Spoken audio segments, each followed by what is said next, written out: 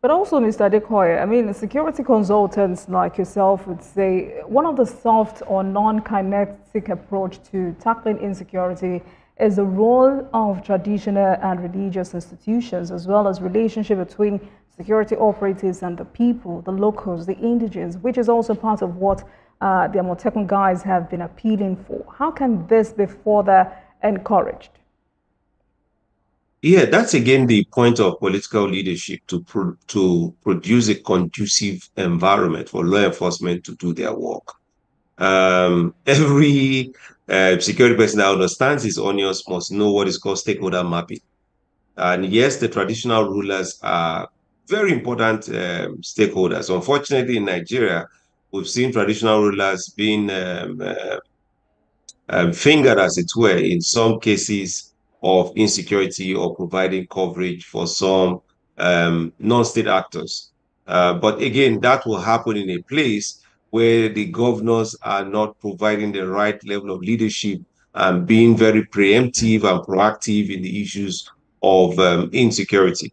Again, it boils down again to what the political construct in the state is. Now, you mentioned about law enforcement. Unfortunately, what can law enforcement do some more? The system in Nigeria pitches the people against their police. The system pitches the protector against the protected.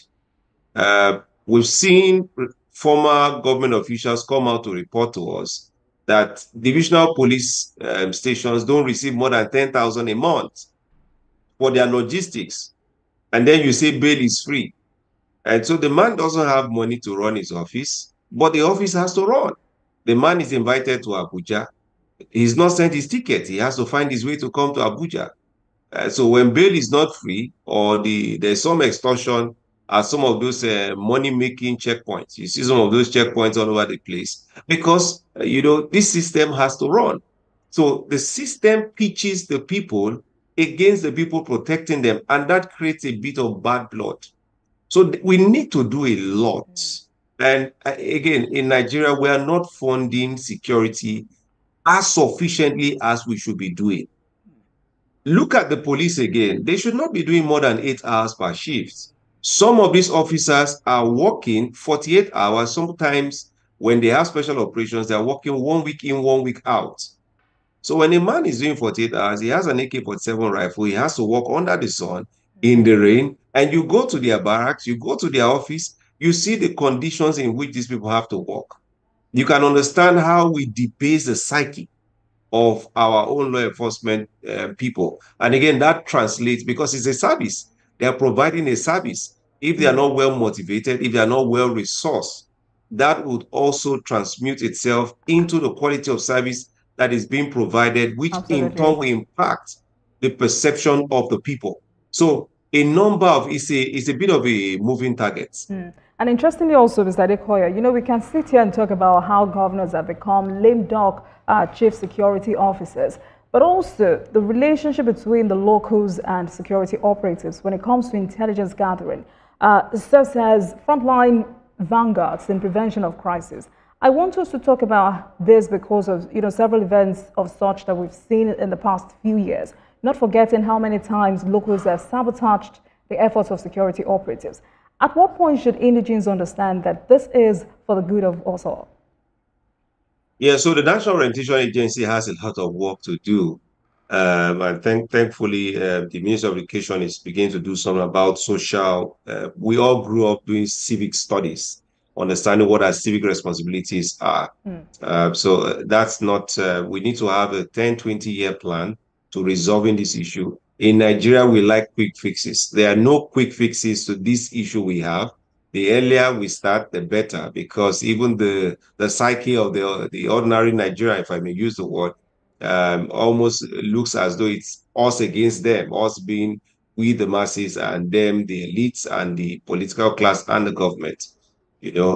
So that's an issue. On the issue of intelligence, let me assure you that in Nigeria, we do not have an intelligence problem. I can tell you for free, Really? we do not have an intelligence problem. The DSS has a station officer across the 774 local government area offices or offices we have across the country. The NSCDC has its intelligence unit. The police has its intelligence unit. The military has its intelligence unit. The custom has its intelligence unit. The immigration has its intelligence unit. So we can just go and on and on and on. So there is intelligence. It's just actionable. Now, in terms of closing rank and encouraging the people, there's a trust deficient. And once trust is broken, you don't wish to, you can't repair it overnight. It's something that must be built. It will take the law enforcement some money to organize community stakeholders meeting to provide water at the base. It takes some money to do that. Some people have to come. You have to go to some places. You need logistics. Uh, you police don't have vehicle. Vehicle is broken down. It's not working. You have community police relations meeting once a month. So a number of activities are going on.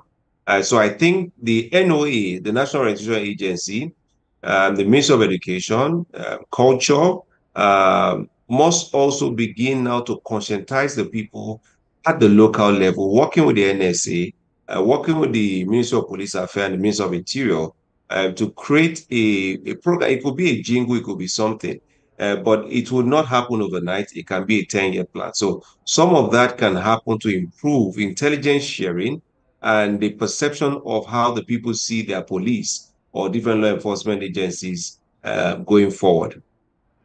But I know you remember late Governor Akeredolu has always or had always advocated for Amotekun to bear appropriate tools and weapons to curb murders committing crimes against humanity. Is it high time this happened? I'm not in support of a regional militia. Uh, Amoteku can morph rather into a police, state police, as you have Lagos, have Lagos State Neighborhood Watch.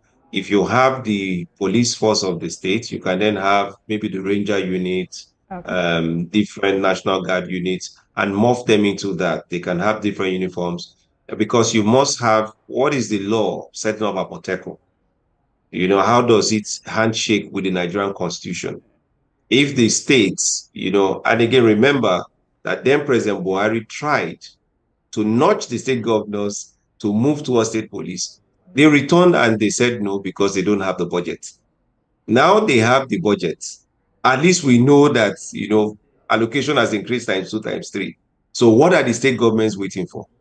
So why do you need a regional militia? Why do you need a civilian JTF when you can have a properly set up police? In terms of ammunition and weaponry, I agree that the different subnational police structures should have weapons class for use relative to their own context. For example, we don't need police officers carrying AK-47 coming to where people are. An AK-47 is an assault rifle.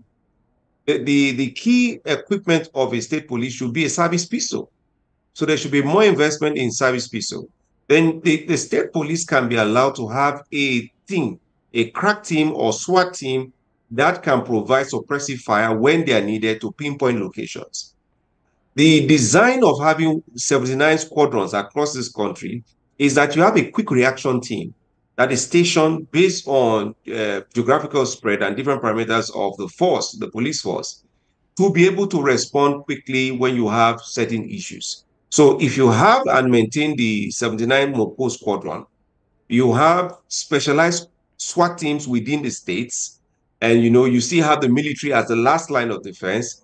You see that we can have a concentric approach to a community-based policing structure that has the punch, yet has the dexterity to be amiable to the environment and then relate to local conditions based on local context. So we can have something better designed, better structured, better framed in our constitution than Amotekun. That's my point. Amotekun is just a transitory approach. It cannot be sustained really. What do they have? They have Dane guns and double barrel. I mean, that's the limit to which the law allows them. So rather than say, okay, because you must look at DR Congo, you can look at different countries, you can even look at what's happening in Syria, you can look at what's happening in Libya. You don't want to have a case where you have regional militias and then this country is, and Right. that's not to say that that's what Amotekun is. But again, by nuance and by nomenclature, that's what it's turning to. So I would rather favor state police than Amotekun. All right, Mr. Adekoya, let's take a break. And when we return, we'll take a look at how we're tackling insecurity, banditry, terrorism in the northern part of the country. Please stay with us, everyone.